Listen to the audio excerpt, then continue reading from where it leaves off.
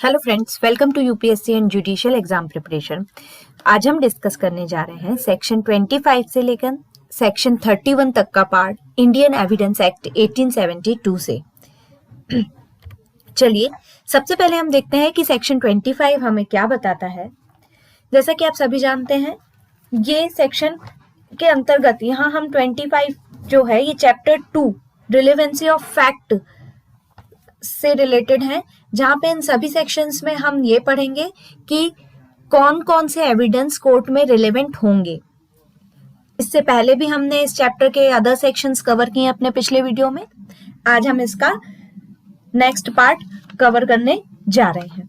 चलिए सबसे पहले हम समझते हैं कि सेक्शन 25 हमें क्या बता रहा है। सेक्शन 25 बोलता है confession to police officer not to be proved. क्या मतलब हुआ इसका? जैसा कि हेडिंग बोलती है कि यदि कोई भी कन्फेशन किसी व्यक्ति ने जो किसी ऑफेंस को करने के लिए एक्यूज्ड है, उसने वो कन्फेशन पुलिस ऑफिसर को किया है, तो उस कन्फेशन को कोर्ट में उस व्यक्ति के अगेंस्ट हम प्रूफ नहीं कर पाएंगे। क्यों नहीं प्रूफ कर पाएंगे? ये सेक्शन देने का क्या पर्पस था?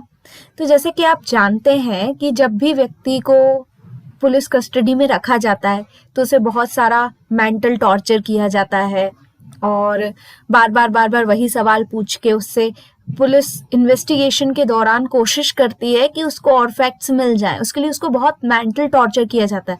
तो ऐसी मेंटल टॉर्चर की कंडीशन में कोई भी व्यक्ति कन्फेशन कर सकता है, भाई डर के कर सकता है, या हो सकता है उसको कोई धमकी दी जाए तो वो कर ले।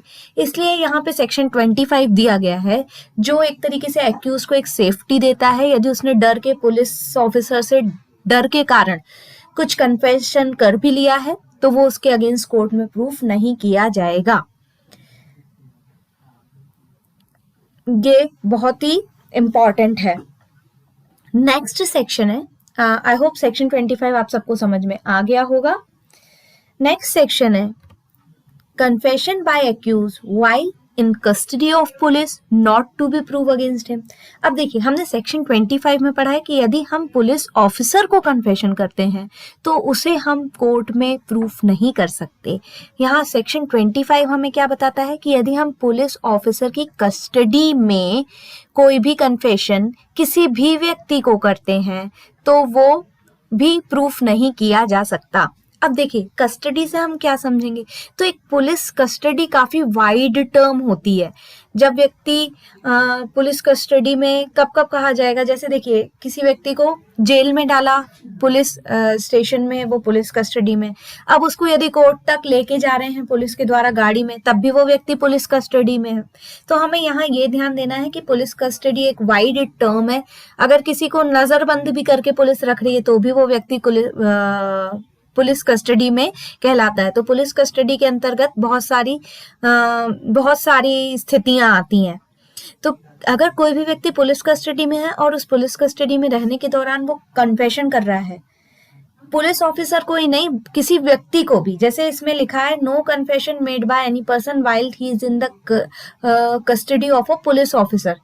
अगर उसने पुलिस ऑफिसर की कस्टडी में किसी को भी कन्फेशन किया है, मान लीजिए उसने पुलिस ऑफिसर की कस्टडी में अपनी माँ को ही कन्फेशन किया, मान लो माँ उससे जेल में मिलने आई और उसने माँ को कन्फेशन कर दिया, या फिर हो सकता है उसका एडवोकेट उससे मिलने आया, उसने उसको कन्फेशन कर दिया, या हो सकता है कोई डॉक्टर उसको चेक करने आया, उसने उसको कन्फेशन कर दिया। तो यदि उस व्यक्ति ने पुलिस कस्टडी में किसी भी व्यक्ति को कन्फेशन किया है तो उस कन्फेशन को भी हम कोर्ट में प्रूफ नहीं कर सकते। सेक्शन 25 में हमने देखा था कि पुलिस को किया गया कन्फेशन प्रूफ नहीं है। यहाँ पे पुलिस कस्टडी में किया हुआ कन्फेशन भी कोर्ट में प्रूफ नहीं किया जा सकता। एक्चुअली सेक्शन 26 देने का क्या पर्पस था? तो जैसा कि आप सभी जानते हो कि पुलिस की कस्टडी में व्यक्ति को जब टॉर्चर किया जाता है, बार बार उसके ऊपर प्रेशर बनाया जाता है, तो यदि हम सेक्शन 26 का प्रोटेक्शन नहीं देते तो क्या होता? पुलिस ऑफिसर ये सोचता कि चलो मुझे किया हुआ कन्फेशन तो हम प्रूफ नहीं कर सकते, हम किसी और व्यक्ति को यहाँ ले आते हैं पकड़ के, उसके सामने इसका कन्फेशन करा देते हैं और वो प्रूफ हो जाएगा। तो इस सेक्शन को अगर नहीं दिया जाता तो पुलिस अपने पावर का मिसयूज भी कर सकती थी। इसलिए सेक्शन 26 भी बहुत जरूरी है, जो प्रोटेक्शन देता है एक्यूज को कि यदि वो कन्फेशन कस्टडी में करता है, किसी भी व्यक्ति से करता है, अपनी खुद की माँ से भी कन्फेशन कर रहा है वो पुलिस कस्टडी में, तो उसे भी हम प्रूफ नहीं कर सकेंगे कोर्ट में। पर यहाँ पे एक एक्सेप्शन है, पुलिस कस्टडी में किया हुआ कोई भी ऐसा कन्फेशन जहाँ पे मजिस्ट्रेट की प्रेजेंस है, तो यदि मजिस्ट्रेट की प्रेजेंस में कन्फेशन किया जाता है तो उस कन्फेशन को उस एक्यूज्ड के अगेंस्ट प्रूफ किया जा सकता है। इस एक्सेप्शन को आप बहुत ही ध्यान से समझ लीजिए कि यदि मजिस्ट्रेट उस समय उपस्थित है जब व्यक्ति पुलिस कस्टडी में, और उस व्यक्ति ने क्या किया, मजिस्ट्रेट से कन्फेशन कर लिया या मजिस्ट्रेट की प्रेजेंस में पुलिस से कन्फेशन कर लिया, तो ये कन्फेशन उसके अगेंस्ट प्रूफ किया जा सकेगा। आई होप आपको बहुत अच्छे से 25 और 26 के डिफरेंसेस समझ में आ गए होंगे। अब हम आगे जाते हैं, अगला सेक्शन है हमारा सेक्शन 27। सेक्शन 27 सेक्शन 26 और सेक्शन 25 का एक्सेप्शन है। कैसे ये एक्सेप्शन है, तो देखिए सेक्शन 27 की हेडिंग क्या कहती है, how much of information receive from accused may be proved. तो पुलिस से की गई इंफॉर्मेशन, पुलिस को दी गई इंफॉर्मेशन में से कितना एक्यूज्ड के अगेंस्ट प्रूफ किया जाता है, ये सेक्शन 27 हमें ये बताता है। तो देखिए ये सेक्शन शुरू होता है provided that when any fact is deposed, मतलब जब भी कोई फैक्ट है वो डिस्कवर्ड होता है। कैसे डिस्कवर्ड होता है, हमने पुलिस को कोई इंफॉर्मेशन दी, मतलब सॉरी वो पर्सन जो एक्यूज्ड है उसने पुलिस को कोई इंफॉर्मेशन दी, पुलिस उस इंफॉर्मेशन को फॉलो करके ढूंढने गई और कोई फैक्ट निकल के आया, कुछ डिस्कवरी हुई, तो उस फैक्ट को हम प्रूफ कर सकते हैं। यदि हमने वो इंफॉर्मेशन पुलिस कस्टडी में रह के ही पुलिस को दी थी, तो चाहे वो कन्फेशन हो या कन्फेशन ना हो, पर उस कन्फेशन के कारण यदि कोई चीज डिस्कवर हुई है, कोई नया फैक्ट डिस्कवर हुआ, कोई थिंग निकल के आई है, कोई वस्तु मिल गई है, कुछ केस से रिलेटेड नया डिस्कवर हुआ है, उसको प्रूफ किया जा सकता है। जैसे चलिए इसको हम एक उदाहरण के तौर पे समझते हैं। एक एक्यूज्ड है एम नाम का, एम नाम के एक्यूज ने क्या किया, वो पुलिस कस्टडी में है, उसने बोला कि मैंने 21 दिसंबर की रात में सी का मर्डर किया था। सी का मर्डर करने के बाद मैंने उस चाकू को, जिसमें खून भी लगा हुआ था, मैंने उस चाकू को पहाड़ वाले मंदिर के पीछे पत्थर के नीचे रख दिया है। तो ये जो पहाड़ वाले मंदिर के पीछे पत्थर के नीचे गई पुलिस इन्वेस्टिगेशन करते हुए, और जैसे उसने पत्थर हटाया उसको वो चाकू मिल गया, प्लस जो मर्डर हुआ था सी के कपड़े भी मिल गए। तो ये जो कपड़े हैं और ये जो चाकू है, इस चाकू और कपड़े को प्रूफ किया जा सकता है। अब इस चाकू और कपड़े के बेसिस पे हम क्या प्रूफ करेंगे कोर्ट में, तो हम ये प्रूफ करेंगे कि एक्यूज्ड को नॉलेज है उस घटना का, प्लस उसका कंडक्ट के बेसिस पे, ये सेक्शन 8 से कोरिलेट होगा और एक्यूज के कंडक्ट को ये चीज प्रूफ करेगी।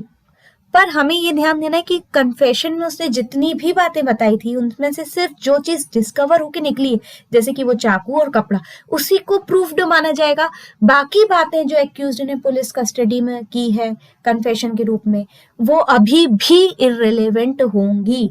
सिर्फ और सिर्फ क्या होगा, डिस्कवर्ड फैक्ट ही इस सेक्शन के अंतर्गत रिलेवेंट होता है। इस सेक्शन से रिलेटेड कुछ इंपॉर्टेंट केस हैं, जैसे Devman Upadhyay versus state of UP का, या एक और केस है पुलकुटी कटैया वर्सेस एम्परर। तीसरा केस भी आप लिख लीजिए, तीसरा केस है Gopinath Shinde versus state of Maharashtra. Gopinath Shinde versus state of Maharashtra के केस में ही इस सेक्शन को बोला गया है doctrine of conformation bye subsequent fact. क्या बोला है, doctrine of conformation bye subsequent fact. Last एक और इसमें केस लिख लीजिए आप लोग, स्टेट ऑफ बॉम्बे वर्सेस काठी कल्लू का केस। काठी कल्लू के केस, इस केस में क्या हुआ था, सेक्शन 27 को बोला गया था, चुनौती दी गई थी कि ये संविधान के आर्टिकल 20(3), जैसे आप जानते हो आर्टिकल 20(3) में सेल्फ इंक्रिमिनेशन बोला गया है, उसका उल्लंघन करता है। इस आधार पे चुनौती दी गई थी कैसे, देखिए आर्टिकल 20(3) हमें क्या बताता है कि किसी भी व्यक्ति को उसके स्वयं के विरुद्ध बयान देने के लिए मजबूर नहीं किया जा सकता। और सेक्शन 27 में क्या हो रहा है, उसकी इंफॉर्मेशन जो उसी से प्राप्त हो रही है, उस इंफॉर्मेशन में जो चीज डिस्कवर हो रही है हम उसको उस एक्यूज के अगेंस्ट प्रूव्ड मान ले रहे हैं। तो इसीलिए काठी कल्लू के केस में इस चीज को चैलेंज किया गया था। आई होप आपको 25, 26, 27 बहुत अच्छे से समझ में आ गए होंगे। चलिए आगे बढ़ते हैं। आगे हम देखते हैं सेक्शन 28। सेक्शन 28 क्या बोलता है? सेक्शन 28 है confession made after removal of impression caused by inducement, threat और प्रॉमिस रिलेवेंट। तो देखिए, आप पहले हमने पिछले वीडियो में सेक्शन 24 को डिस्कस किया है। हम सेक्शन 24 में बोलते थे कि यदि एक्यूज्ड को हमने धमकी दी है या एक्यूज से हमने प्रॉमिस करके कोई बात निकलवा ली है तो उस बात को हम एक्यूज के अगेंस्ट प्रूफ नहीं कर सकते। पर यदि कोर्ट को ऐसा लगता है कि जो कन्फेशन सेक्शन 24 में कोर्ट ने किया है वो तब किया गया है जब इंड्यूसमेंट, थ्रेट या प्रॉमिस हटा लिया गया था, कंप्लीटली रिमूव हो गया था, तो वो कन्फेशन सेक्शन 28 के अंतर्गत रिलेवेंट हो जाता है। फिर से देख लीजिए, यदि कोई कन्फेशन जिसमें इंड्यूसमेंट, थ्रेट और प्रॉमिस करके प्राप्त किया गया है वो सेक्शन 24 के अंतर्गत तो इररिलेवेंट होता है, लेकिन यदि उसी कन्फेशन को प्राप्त करने के बाद कोर्ट को ये लगता है कि वो कन्फेशन एक्यूज ने तब किया जब उसके ऊपर से इंड्यूसमेंट पूरा हटा दिया गया था या थ्रेट उसका पूरा हट गया था या प्रॉमिस पूरा हट गया था, तो फिर वो कन्फेशन रिलेवेंट होता है सेक्शन 28 के अंतर्गत। चलिए आगे बढ़ते हैं। आगे हम देखेंगे section 29 confession otherwise relevant not to become irrelevant because of promise of secrecy etc. तो देखिए, सबसे पहले तो इस सेक्शन को क्या बोलते हैं? एक्स्ट्रा जुडिशियल कन्फेशन बोलते हैं। ये आप लोग नोट डाउन कर लीजिए कि ये सेक्शन क्या कहलाता है, एक्स्ट्रा जुडिशियल कन्फेशन। अब क्या है, यदि हमने कुछ कंडीशंस हैं जब कन्फेशन हमने प्राप्त किया है। पहली कंडीशन क्या है? हमने उस व्यक्ति को बोला कि हम तुम्हारा प्रॉमिस कर रहे हैं कि तुम जो भी हमें बताओगे वो हम सीक्रेट रखेंगे, किसी को नहीं बताएंगे। हमने उस व्यक्ति से ऐसा प्रॉमिस किया, उस एक्यूज से ऐसा प्रॉमिस किया और फिर उस एक्यूज से हमने कन्फेशन करवाया, तो ये कन्फेशन रिलेवेंट होगा। दूसरी कंडीशन क्या दी है सेक्शन के अंतर्गत कि मान लीजिए हमने उस एक्यूज्ड से कुछ डिसेप्शन प्रैक्टिस किया और या फिर उसे ड्रिंक करवाया और वो ड्रिंकिंग की कंडीशन में कुछ बोल रहा है और कन्फेशन कर रहा है, तो एक्यूज्ड का कन्फेशन रिलेवेंट माना जाएगा सेक्शन 29 में। एक डिसेप्शन का उदाहरण दे सकते हैं हम। हो सकता है कि एक्यूज के सामने हम उसके एडवोकेट की पूरी क्या बोलते हैं, एडवोकेट की वेशभूषा धारण करके चले जाएं और वो हमें कुछ और समझ ले, या फिर हम मास्क लगा लें उसके फ्रेंड का और हम उसके सामने जाएं, वो हमें अपना फ्रेंड समझे और वो सारी बातें हमें बता दे, तो फिर ये कन्फेशन क्या है, प्रूफ किया जा सकता है, भले इसमें हमने डिसेप्शन किया था। या फिर उस एक्यूज को यदि ड्रिंक करवा दिया गया और ड्रिंक करने के बाद भी वो एक्यूज कुछ कन्फेशन कर रहा है, तो ऐसा कन्फेशन भी क्या होगा, रिलेवेंट माना जाएगा। अगली कंडीशन है सेक्शन 29 की कि कई बार कोर्ट में ऐसा होता है कि एक्यूज को क्वेश्चन का आंसर देने के लिए कंपाइल नहीं किया जा सकता, बाध्य नहीं किया जा सकता, पर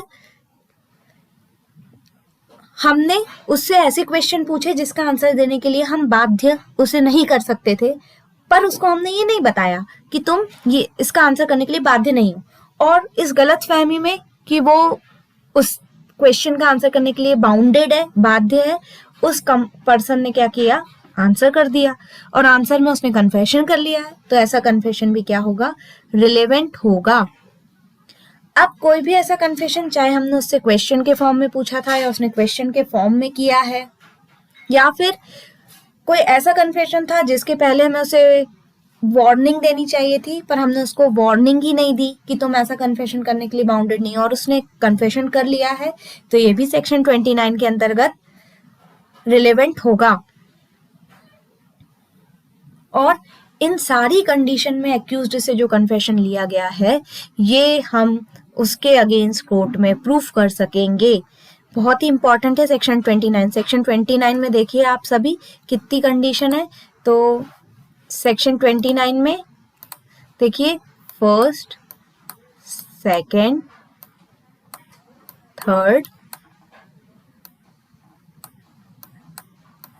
फोर्थ और 5, ये 5 कंडीशन है। इन 5 कंडीशंस में हम क्या कर रहे हैं, उस एक्यूज्ड से कन्फेशन करा रहे हैं और इस 5 कंडीशंस में जो कन्फेशन हमने करवाया है वो उसके अगेंस्ट प्रूफ किया जा सकेगा। चलिए आगे हम बढ़ते हैं। सेक्शन 30 हमें बताता है consideration of proofed confession affecting person making it and others jointly under trial for same offence. ये सेक्शन बोलता है कि मान लीजिए किसी व्यक्ति ने कोई कन्फेशन किया है तो क्या वो कन्फेशन उसी ऑफेंस में उस पर्सन से जुड़े किसी अदर पर्सन पे लागू होगी कि नहीं, इस चीज को समझने के लिए हम सेक्शन 30 को समझेंगे। तो देखिए सेक्शन 30 ये बोलता है हमें जब मोर देन वन पर्सन किसी सेम ऑफेंस में इन्वॉल्व है और उन सबका ट्रायल क्या हो रहा है, जॉइंटली हो रहा है। सबका ट्रायल क्या हो रहा है, जॉइंटली हो रहा है। इस बात को आप लोग ध्यान से समझिए, जॉइंटली ट्रायल को समझिए ध्यान से आप। जॉइंट ट्रायल मतलब सभी एक्यूज को एक साथ बुलाया गया है और एक साथ उनकी कोर्ट में ट्रायल चल रहा है। अब ऐसी कंडीशन में जब जॉइंट ट्रायल हो रहा है, यदि किसी एक व्यक्ति ने कोई कन्फेशन कर लिया है उन सब व्यक्तियों के अगेंस्ट, उस कन्फेशन को कंसीडरेशन में लिया जा सकता है। देखिए इसको प्रूव्ड हम नहीं मानेंगे, पर हाँ अगर जॉइंट ट्रायल है और सभी एक्यूज्ड एक ही ऑफेंस से रिलेटेड है तो हम इसको कंसीडर कर सकते हैं उन सारे व्यक्तियों के अगेंस्ट।